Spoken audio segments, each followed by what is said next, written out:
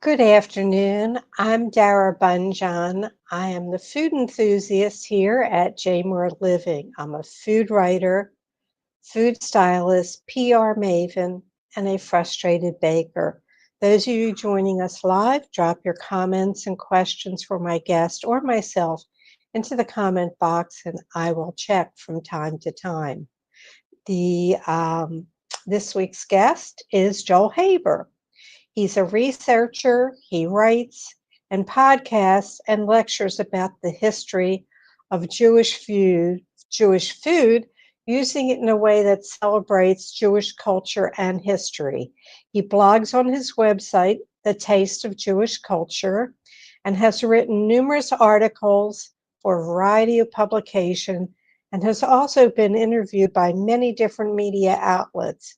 He also created the recent podcast, 18 Jewish Foods, on his podcast called Jewish Foods, that is available on all major podcasting platforms.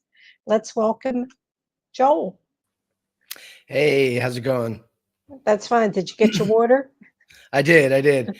I'll apologize in advance. I'm not sick, but I'm have like allergies, so like I'm a little coughy and sniffly, but we're good. That's Spring okay has here. arrived. Spring has sprung. I'm always keep the tissue handy. Yeah. So I usually ask, what's on your plate today? What else is on your plate today to do? Well, it's evening. What is it? 8, 9 o'clock, It's 7 o'clock because we 7 change o'clock. we change our clocks tonight, so we're in that little period where we're only 6 hours apart instead of seven. Yeah.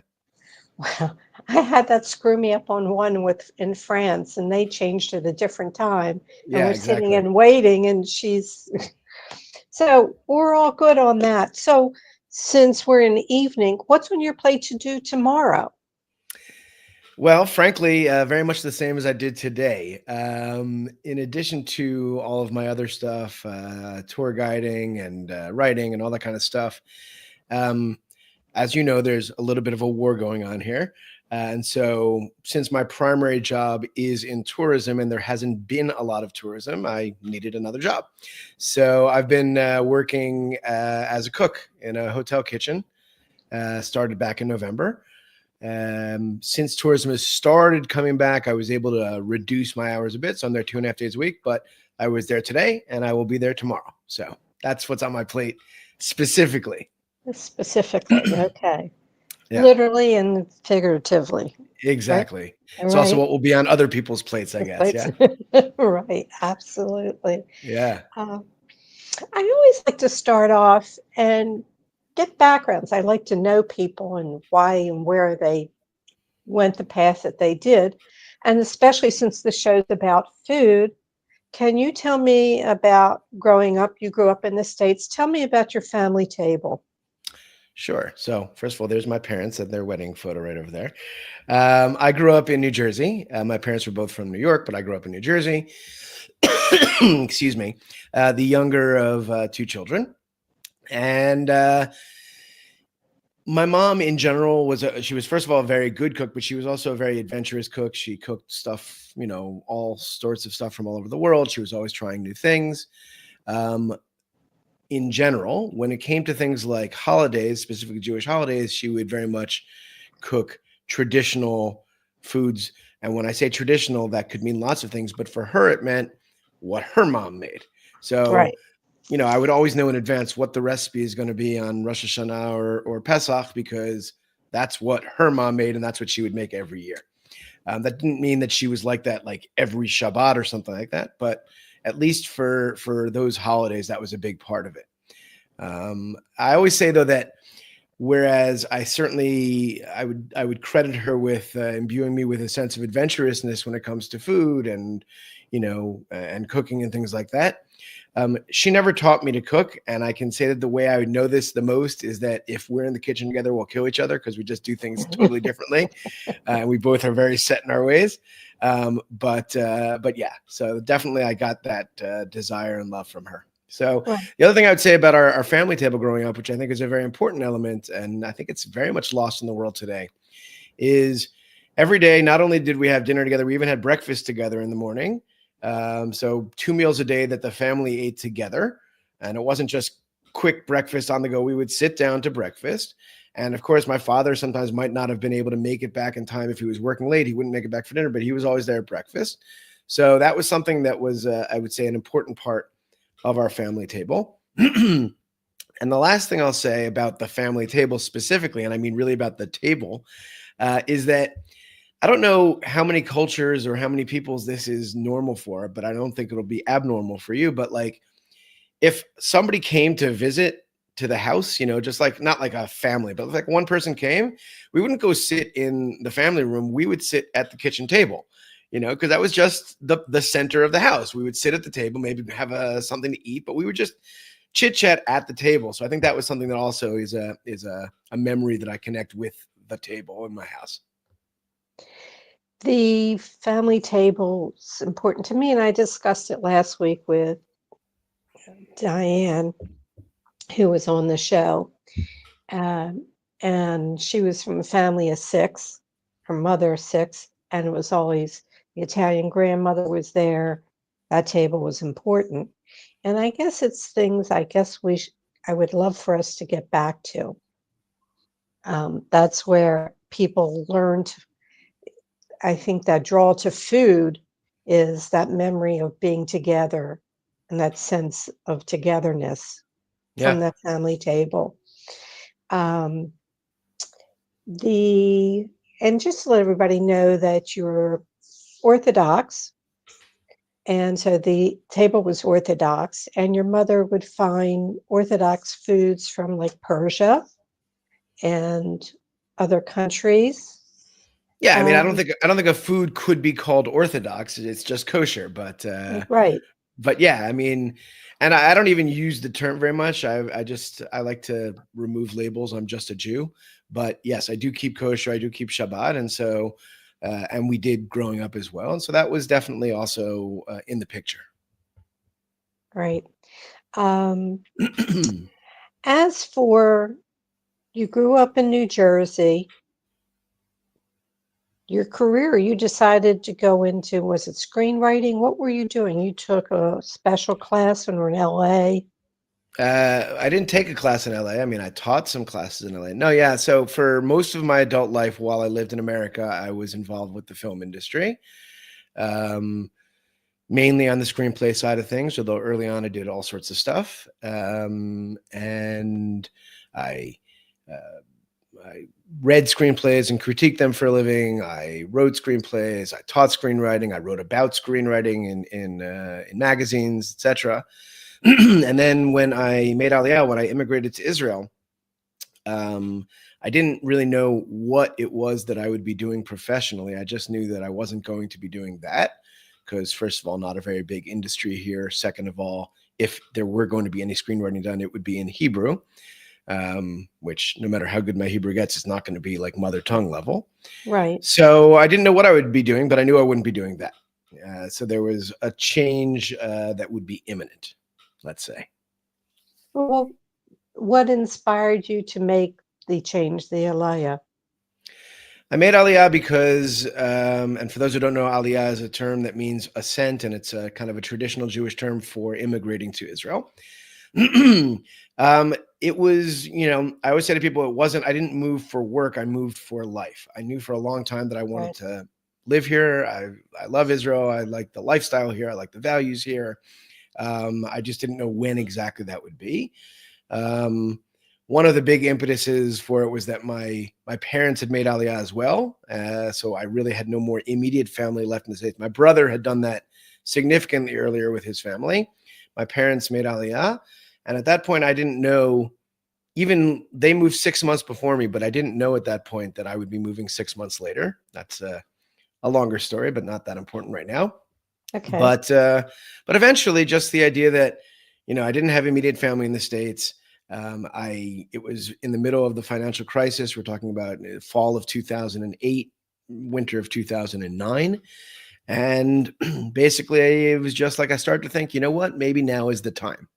So I didn't move because of that, but that was the impetus for moving when I moved. Right. There's so much about you and your passion for Jewish food and how the many multicultures, there's many layers to Jewish food. It isn't just, you know, Sephardic or, or Beni Indian or Ashkenazi. There are many, many layers. And even with the Beni Israel, which are, for those who are watching and don't know, are the Jews who live in India. That the Jewish people travel the world. We are multicultural. Can you tell people a little bit more? I mean, it's a whole big category, but let me Yeah, let no, you jump in. yeah, absolutely. So I'll start with, even slightly before that, the idea that for me, one of my goals is to broaden people's mind about what Jewish food is beyond simply Ashkenazi, which is what most American Jews know.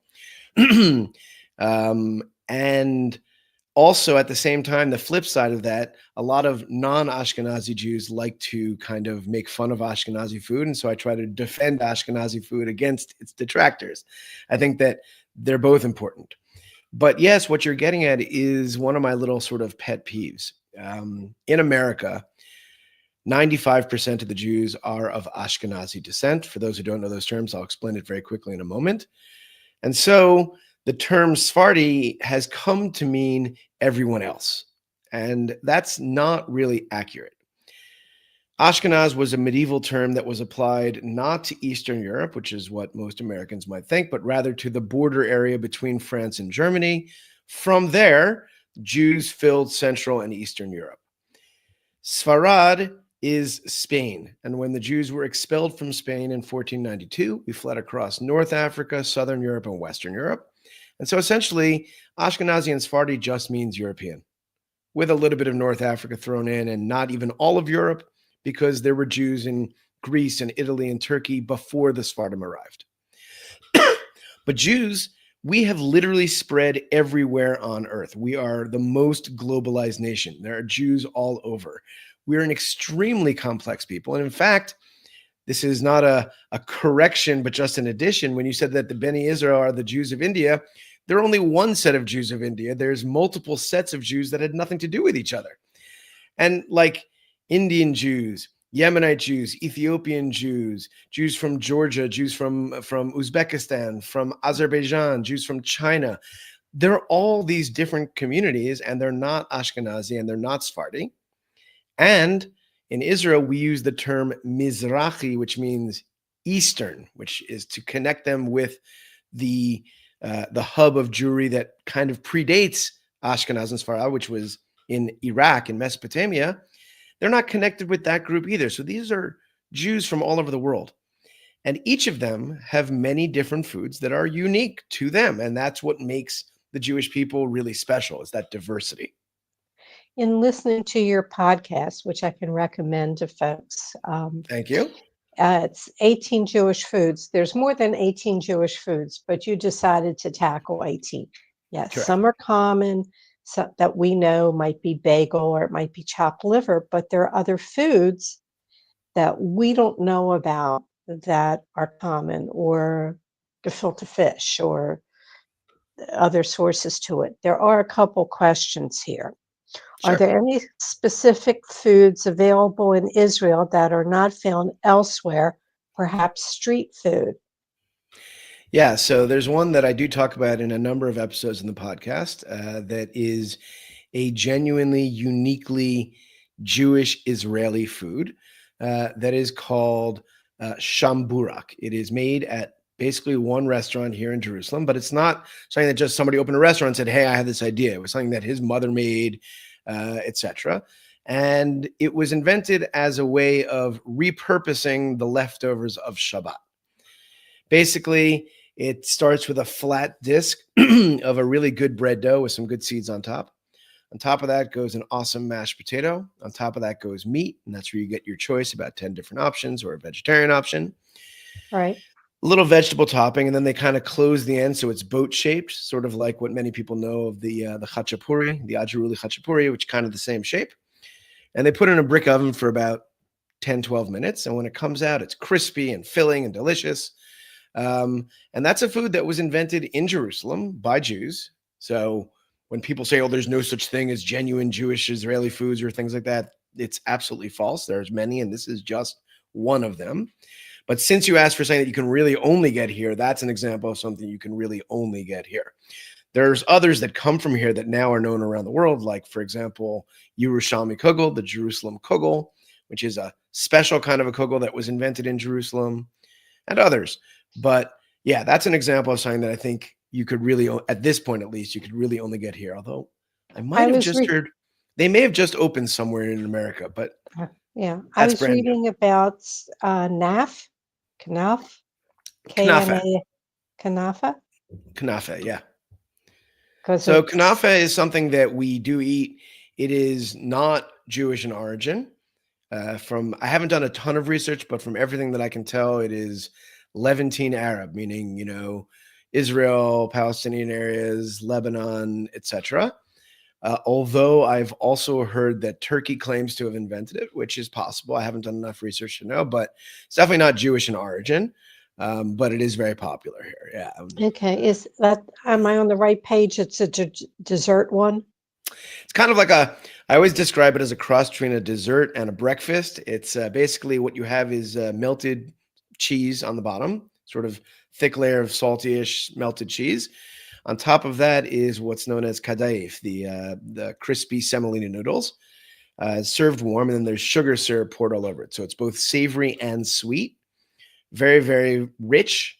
I describe it often as I say, you take one bite and you're like, oh my God, this is so rich, I can't eat another bite. And then you Right. take another bite and you're like, oh my God, I can't stop eating this. That's the way it is. Yeah, it's Yeah. not something that I eat on a regular basis. Not good for my heart or my diabetes, but it's a good food though. Yeah. Right. Um, I things are floating up for people. You have a cookbook in process, and it's based on Cholent. And I'm just going to open up the floor to you. Okay. So I'll say that the book that is about Cholent is not a cookbook. It will have recipes, but it's a book of food history. So I'm actually writing about the entire history of all of the different Shabbat stews from around the world. Cholent, chamin, dafina, osavo, uh, chalabibi. There's many. I don't need to go through them all, and we don't have time to go through them all. Mhm. Um, but there will be recipes in it. But what I did do in connection with that, and it is already available, is I made a free e-cookbook of 12 recipes from around the world, and that's a cookbook, and that's available on my website. But yeah, so the book is in progress. I've finished the first draft. I'm revising, in talks with a publisher. So it'll still be a little while, obviously, until it comes out, but definitely making progress on it, and very happy with what I have so far. And for those who don't know about Cholent, let's give them a definition and why it exists, a little background on that. Absolutely. So the term cholent has come to be a generic term for all of these types, which I'm about to explain in a moment, in, let's say, the English speaking world, whereas in the Hebrew speaking world, chamin, which is an alternative one, is the generic term.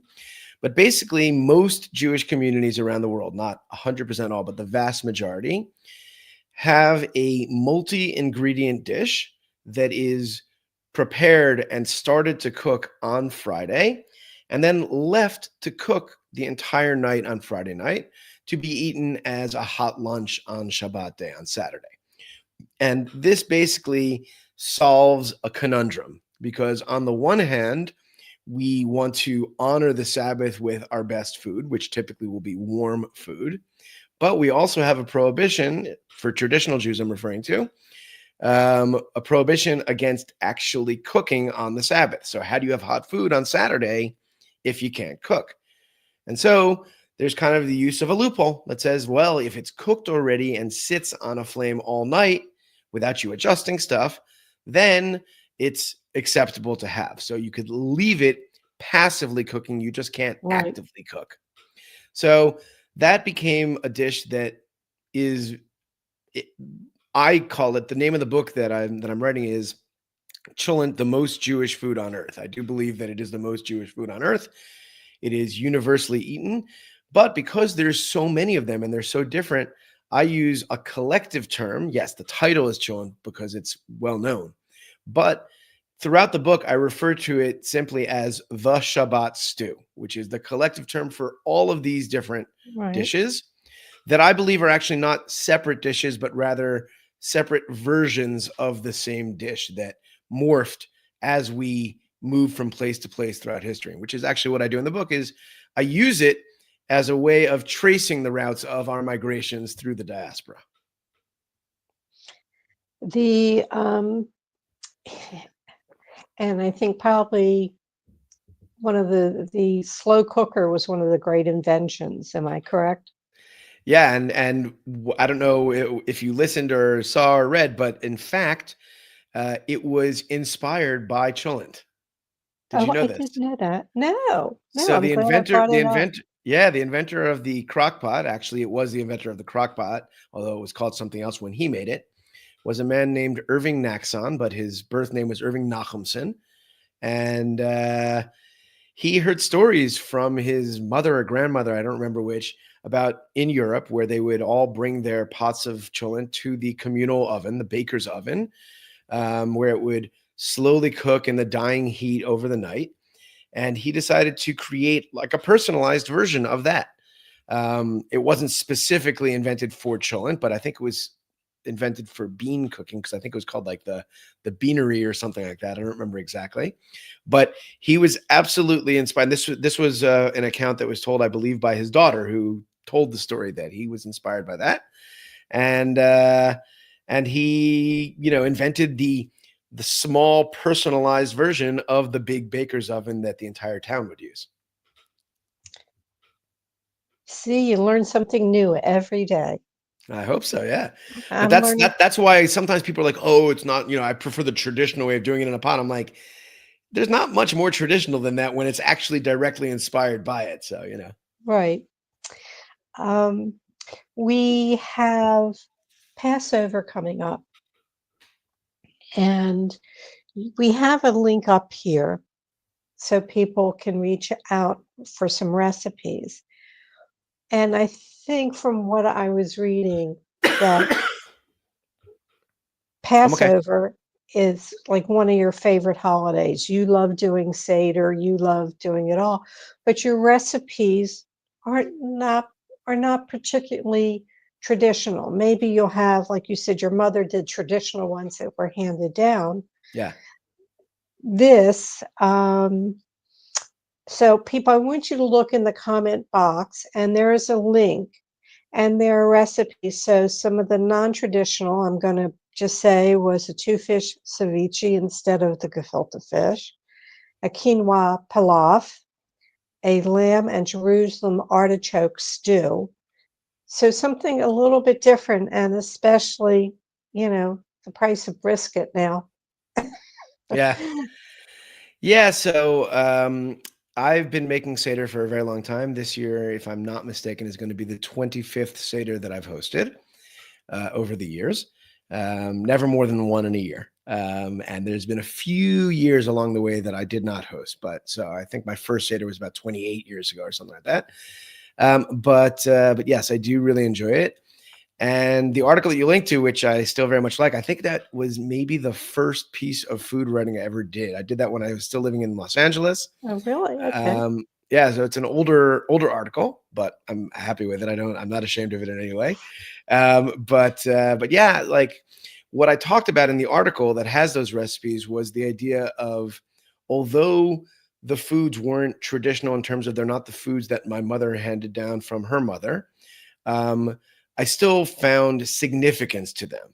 First of all, the holiday is a holiday that celebrates freedom, and I felt that we should not feel, confined by our family traditions. That doesn't mean you shouldn't do it if you do enjoy it. Right. But I felt we should feel free to do other things. But also, a lot of those things had actual significance, like using spring-like flavors or ingredients, because this is the spring holiday. Jerusalem artichoke, though it's not actually from Jerusalem, still its name evokes the holy city. And we say next year in Jerusalem. lamb. I know that many Ashkenazi Jews have the tradition to not eat lamb at the Seder, which my family also did. But that was one that I've decided I'll take a break from, and I do it. But I always offer in my Seder, when I make lamb, I always make something else also in case somebody doesn't want lamb. So there was significance in them as well. That was kind of the idea of that article. But yeah, I've made all sorts of stuff, and I don't make the same stuff every year. But I do Is make a, yeah, please.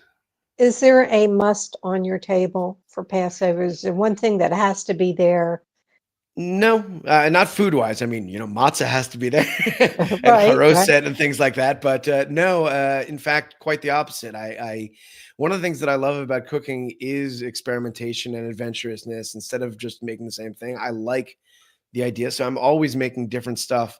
I'm not saying I never repeat anything, but if I were to, and I don't have them, but if I were to go through the recipe of every Seder I've done, there would be quite a wide range of different things. So yeah, no, there's no one dish that I must have.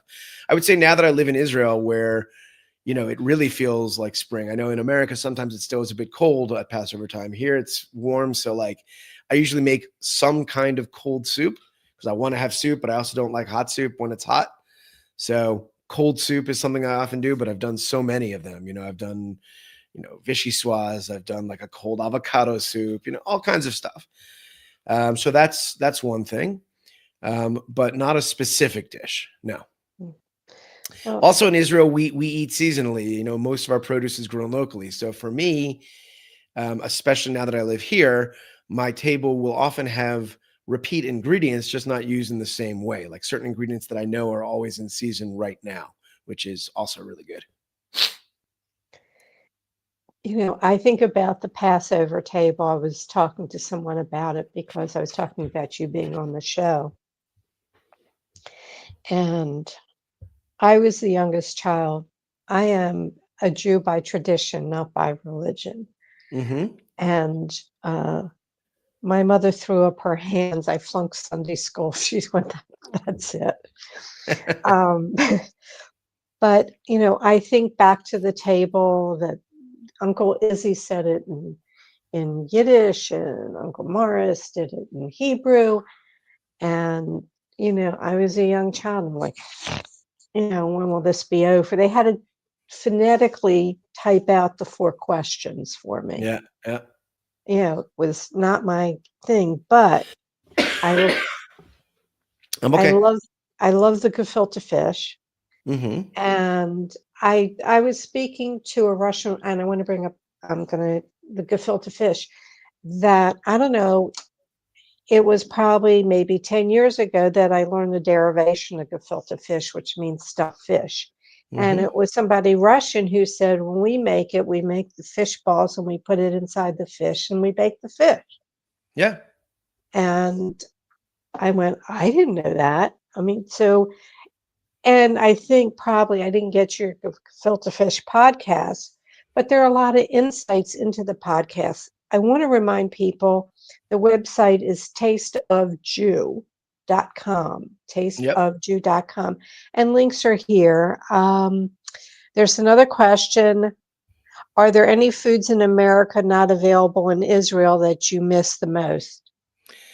Sure. So there's definitely things that there are some things that are not available, but in general, there are things that maybe are available but not as good.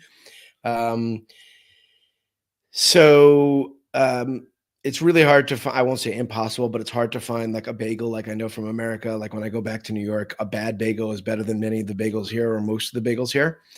And pastrami in Israel is almost never beef pastrami. It's hard to find like a real beef pastrami. They do turkey pastrami and things like that. But I think it also gets to something a little bit broader, which is that um, American Jews and American Jewish food is not the traditional Ashkenazi food of Europe. People think like, oh yeah, that's what our grandparents ate in Europe, and it's not. It changed logically, as one would expect if one thought about it, changed drastically in America. For example, the pastrami that I was just talking about, that is an American Jewish invention.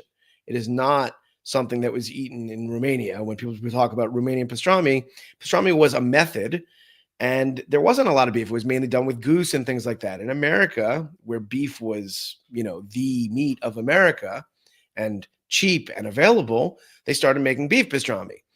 So that's the kind of thing that when people are like, well, how come I can't find it in Israel when there's all those Jews who are there? Because it's an American Jewish food. And frankly, there's never been a significant wave of immigration from America to Israel to have that much of an influence on our cuisine. I'm not saying that those things are impossible to find. There are people, like, for example, there's a person in the market near me that just like 2 weeks ago opened up a pastrami place, and he's making pastrami to his recipe. He's having it made in a plant, but that's it does change. So there is availability of it. Also, like pickles, the American pickles that I'm familiar with, which do trace their roots really to Eastern Europe.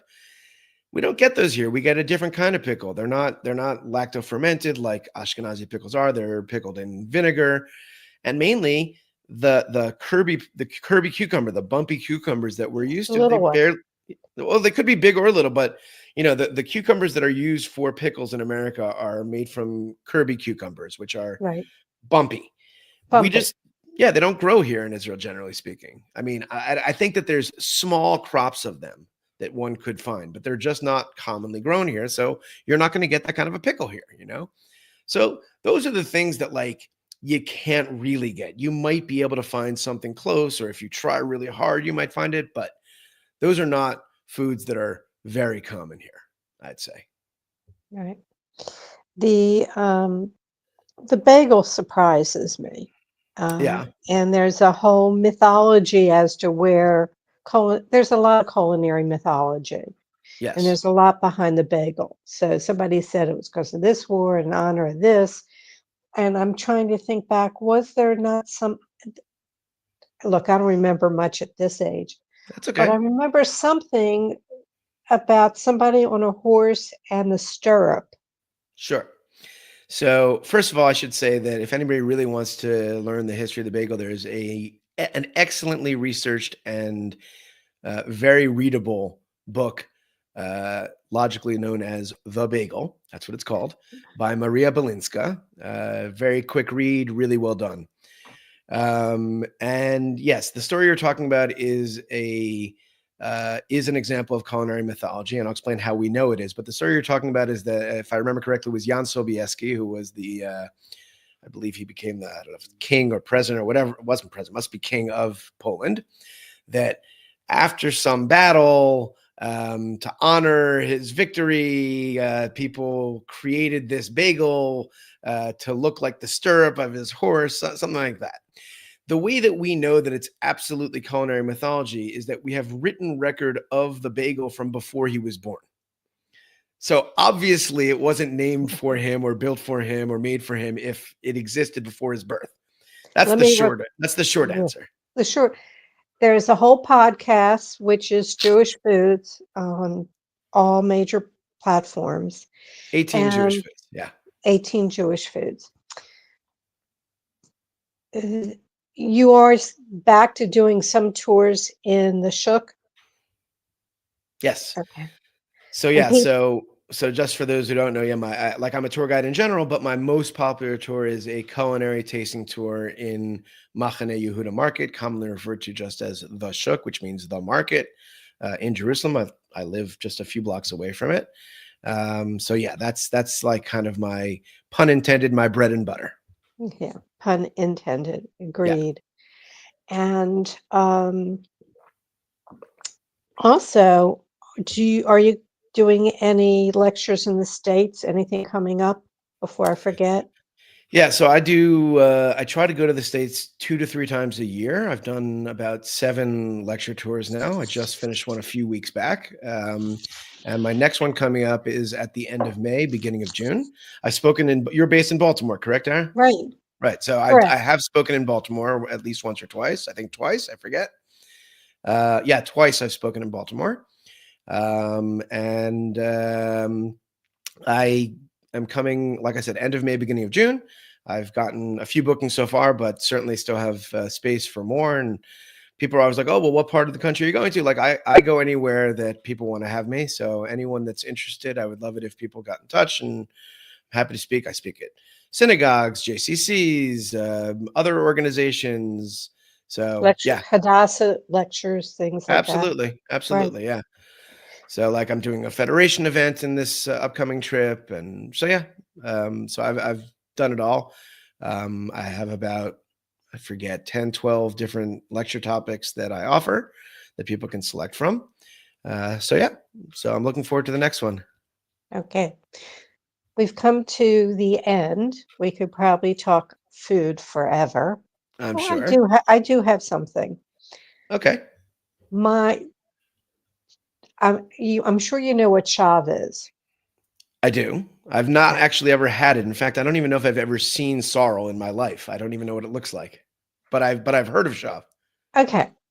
So it's something that my mother would have. You like cold soups. It was really a drink, and it's sorrel that's cooked, and you It's take kind of out the sour, correct? Am I correct that it's yeah, a little bit sorrel sour? sour. It was called. People might know it as sour grass.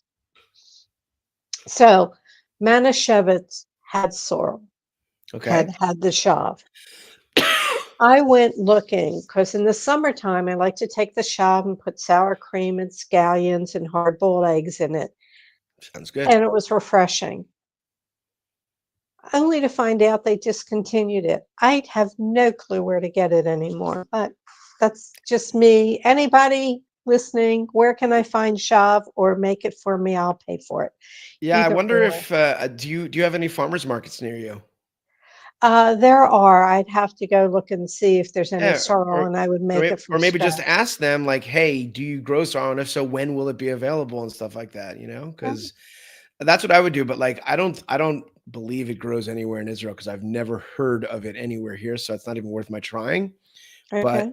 I would love to try it. But yeah, I've just never had the opportunity. But I Well, definitely know of it for sure. Yeah, okay. So anybody listening who has a clue, reach out to me. Um, so let's do the questions that I always ask at the end of the show. with pleasure. Uh, if you could go back and give your 18-year-old self a piece of advice, what would it be? So, become a bartender when I lived in New York.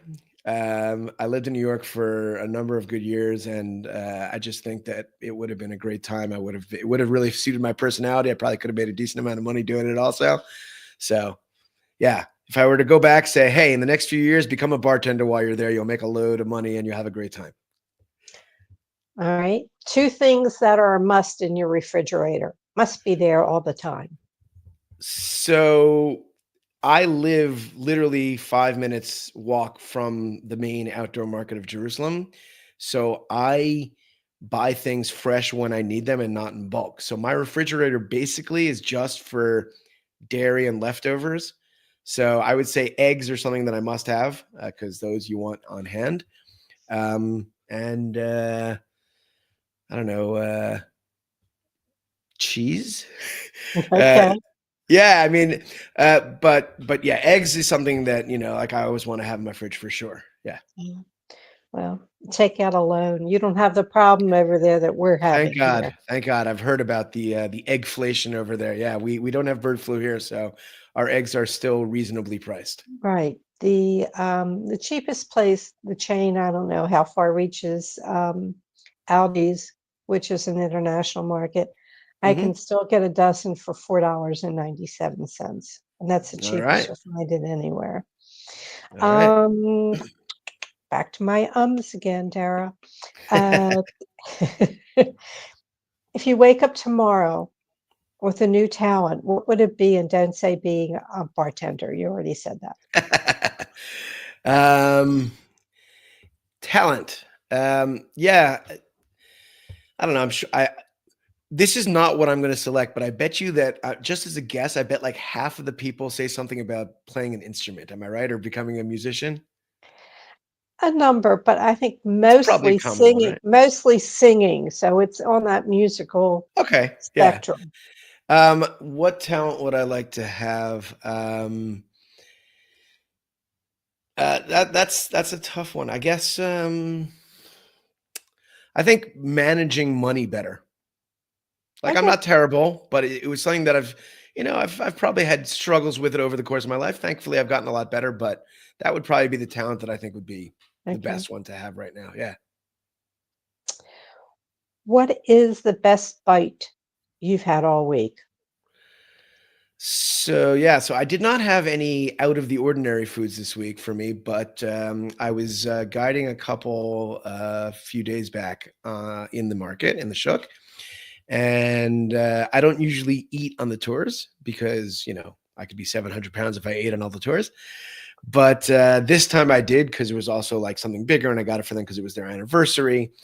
So we have a place in the Shuk, and I mentioned the dish before called chachapuria. They make chachapuri. Chachapuri is Georgian cheese breads, which I'm sure that many people know because they have gotten more better known lately.